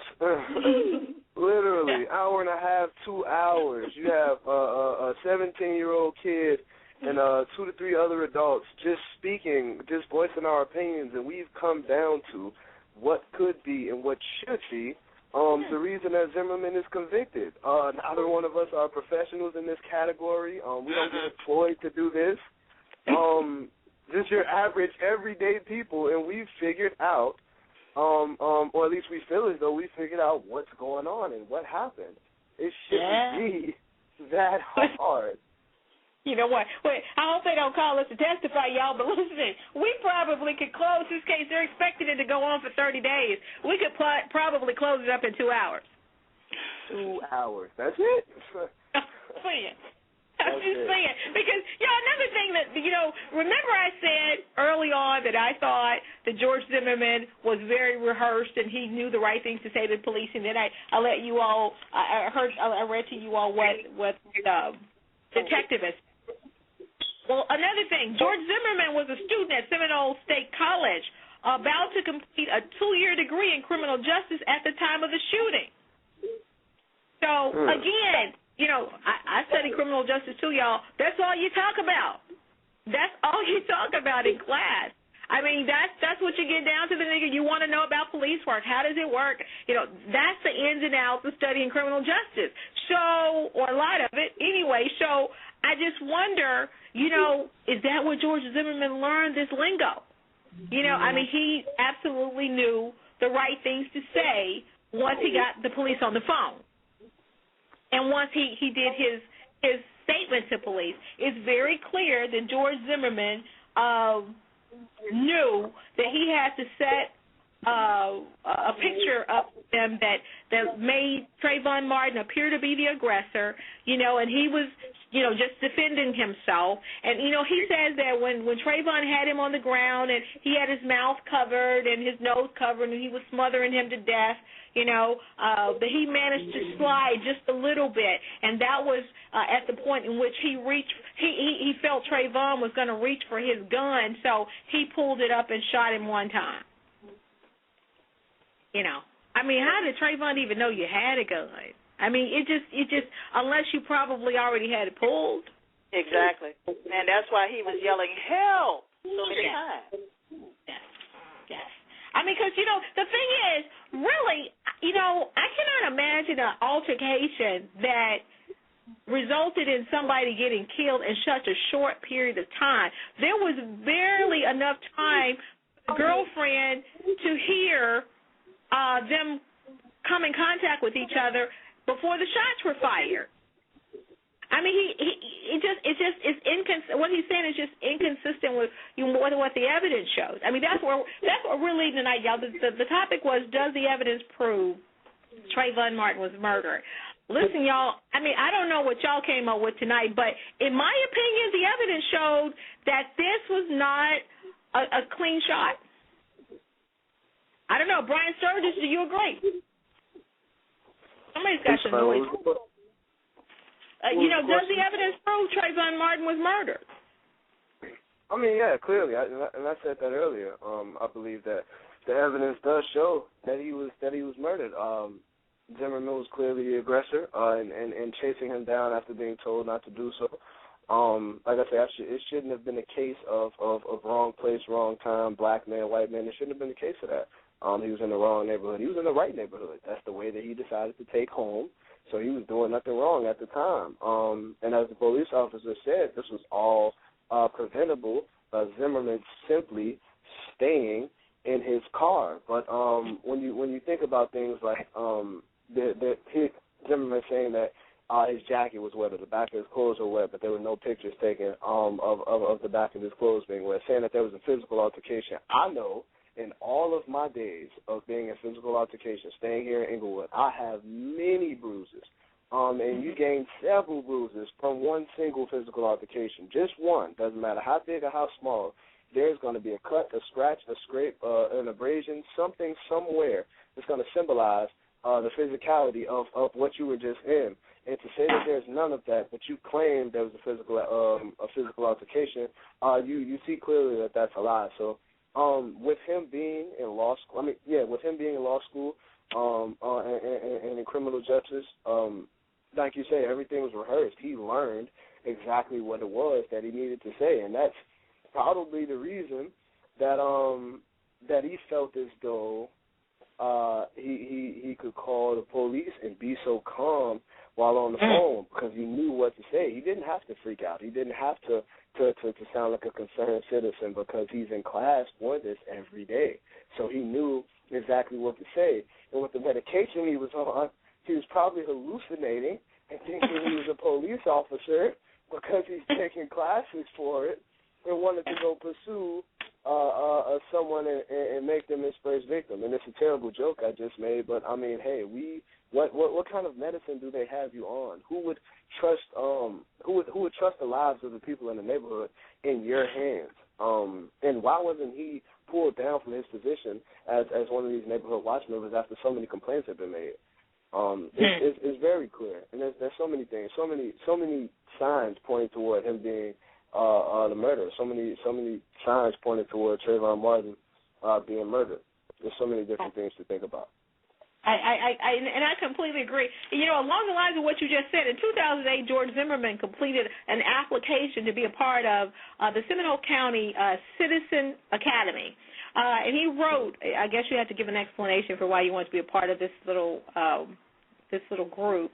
And he wrote, I hold law enforcement officers in the highest regard, as I hope to one day become one. Y'all, that's mouth. Wow. Yeah.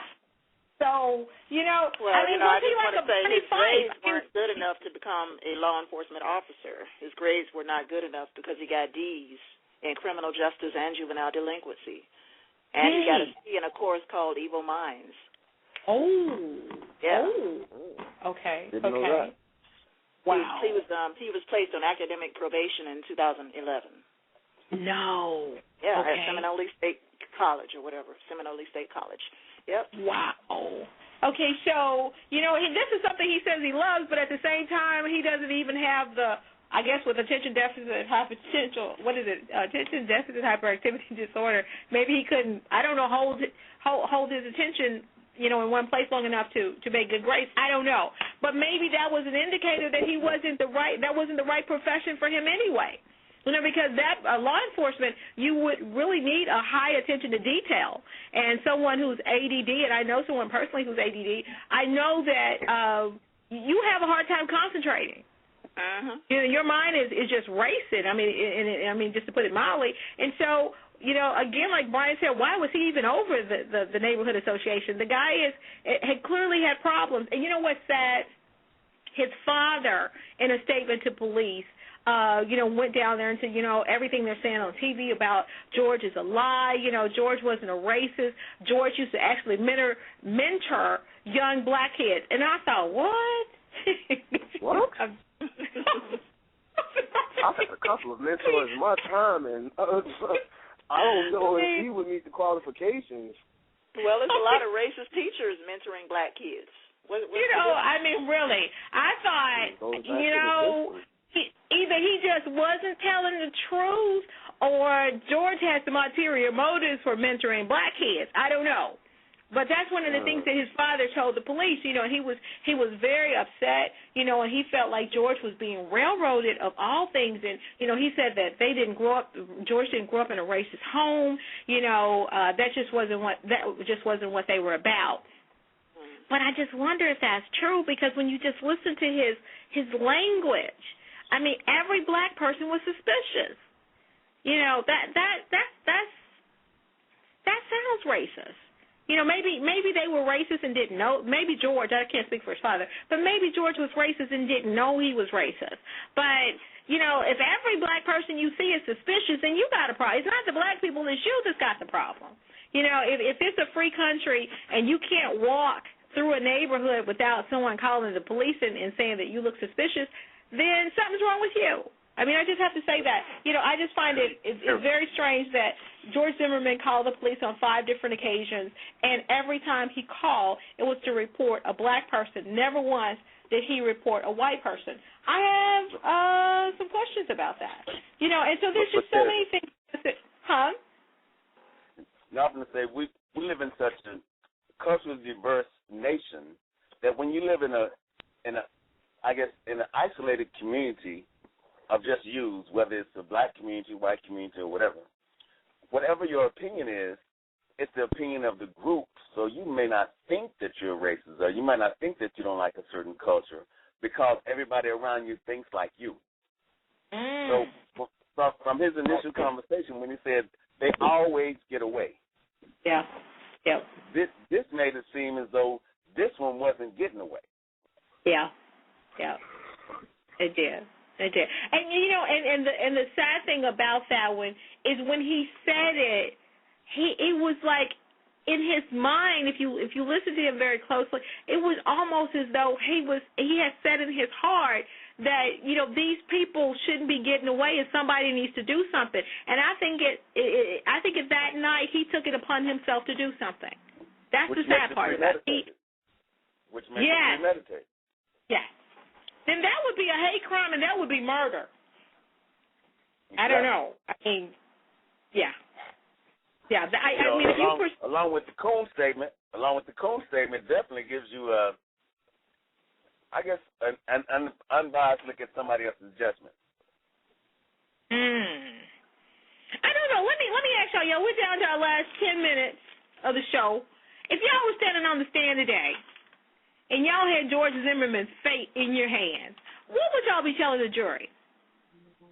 I mean, based on the evidence that we've discussed tonight, and y'all, I have not fabricated one thing. This is information that I received from the law enforcement agency up there in Stanford about the George Zimmerman, Trayvon Martin case. That said, if y'all had an opportunity to, be a part of closing arguments, what would y'all say about this case to determine that if it could potentially determine the fate of George Zimmerman? Well, I would say to the jury, I would say that this is clearly a hate crime. It is a crime of passion. It is a racist act carried out by an overzealous neighborhood watch leader who profiled Trayvon Martin simply because he was a black boy walking through the neighborhood.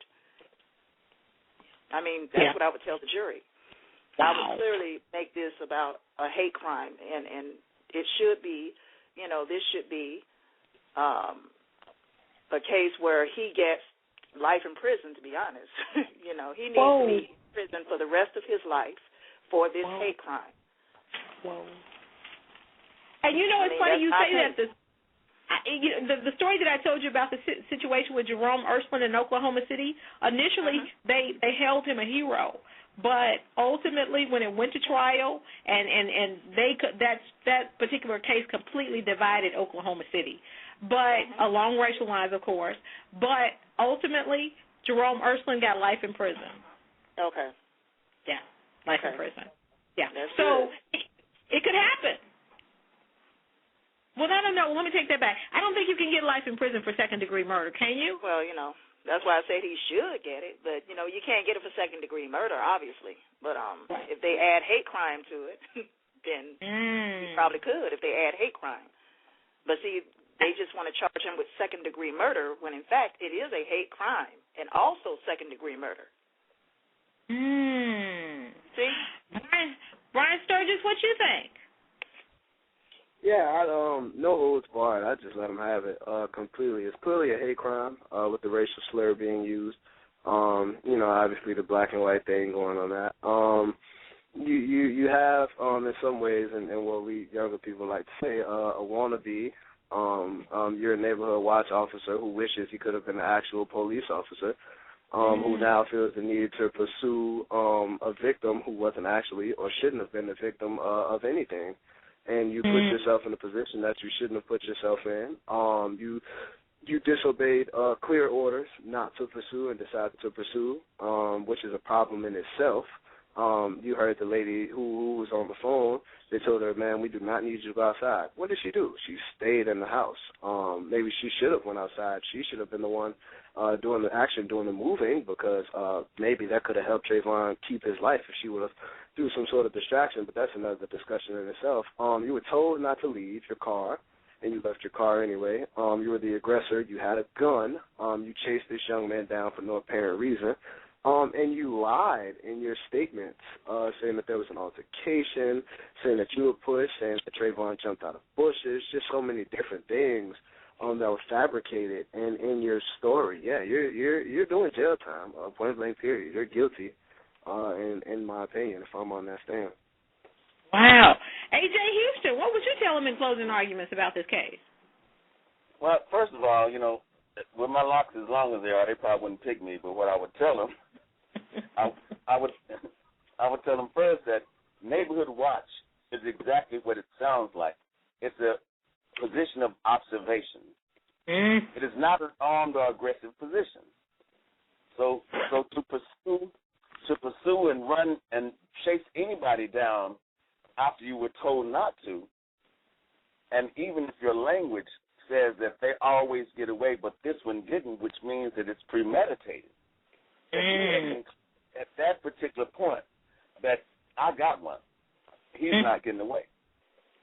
So I think it's premeditated murder, and regardless of what they say, it's definitely a hate crime, and a hate crime can be judged from his previous emergency and non-emergency calls to the police department. Whoa! Because everybody looks suspicious. Just walking through the neighborhood, they were suspicious. Just anywhere they were, as two suspicious characters, and it went from one burglary to a lot of burglaries. We've had all these burglaries in the community, so I'm watching out. But there were no calls about any burglaries between those 4 or 5 days that he made those calls. Wow. So, y'all, that's going to have to be the final comment. Listen, y'all, I enjoyed y'all tonight. You know what? I think we solved the case. I'm sorry. I think the jury can listen to this 2-hour show and close the book and go home. I mean, seriously, save everybody a whole lot of time and the taxpayers a whole lot of money, because I think tonight, with all that we presented, you can sit in the jury box to decide for yourself. But I think what tonight's show proved was that George Zimmerman was a wannabe cop who hunted Trayvon down like an animal because he had decided in his heart that these black suspicious males that keep coming through this neighborhood, the police ain't doing nothing about it. And that particular night, he decided he would. And so what resulted as of him having that mindset, Trayvon Martin is dead today. And so I think the jury, I don't know how they're going to go in on this case. They did not move it from the Sanford area. So, you know, we'll see. But I hope that the people that were in that community that night always have Trayvon Martin sitting at the foot of their bed, because somebody could have gone out that night if they did nothing but yell out the door to let Zimmerman know that they were watching and they were calling the police. I think one person came out after the shooting and told George Zimmerman, asked George Zimmerman what happened, you know, what happened, and he told him that he shot him, and the guy said, well, I'm calling the police, and George Zimmerman told him, don't bother, I already called them. You know, so that almost speaks of, like, arrogance, that you knew the police were on their way, and yet this altercation took place to the point that you killed this young man. So that's very telling, and it just says so many things on so many levels. And on June 10th, 2013, the trial begins, and we'll all see the conclusion, but we wanted to do the show ahead of time, ahead of the trial, so that we can say what we thought before the jury sat in the box, in case they're listening, and we hope that they do some kind of way get a hold to this tape. But in case they're listening, maybe all of this evidence won't enter the courtroom, but hopefully it will, because I think the things that we talked about tonight clearly show that Trayvon Martin was in the wrong place at the right time, being hunted by the wrong person, because George Zimmerman had no mercy on that kid, and he had just decided, and I believe the medications that he was on affected his judgment, along with his racist beliefs, and I think that determined Trayvon Martin's fate. So, you know, y'all will see, and we're going to, of course, do a follow-up show once we find out what the jury finds in this particular case. But I'd like to say thank you to my guests for being with me tonight, Alberta Parrish, A.J. Houston, Brian Sturgis. Thank you so much for coming tonight. And also a reminder, the views and opinions of our guests do not necessarily reflect that of Center Stage, the host, or our advertisers. Also, y'all, a reminder, we're here each and every Friday night from 8 to 10 p.m. Central, 9 to 11 Eastern. This is what we do. Every Friday night, we're breaking cases, y'all. We are sitting in the jury boxes on some of these cases, and we're telling you, based on the evidence that we have, what we think ahead of some of these trials. And listen, y'all, come back next week. Join me. Tell a friend, tell a coworker, tell a family member to check out Center Stage. Again, I'd like to say thank you to my guests. Thank you to the audience for listening, and we'll see you next week. Bye-bye.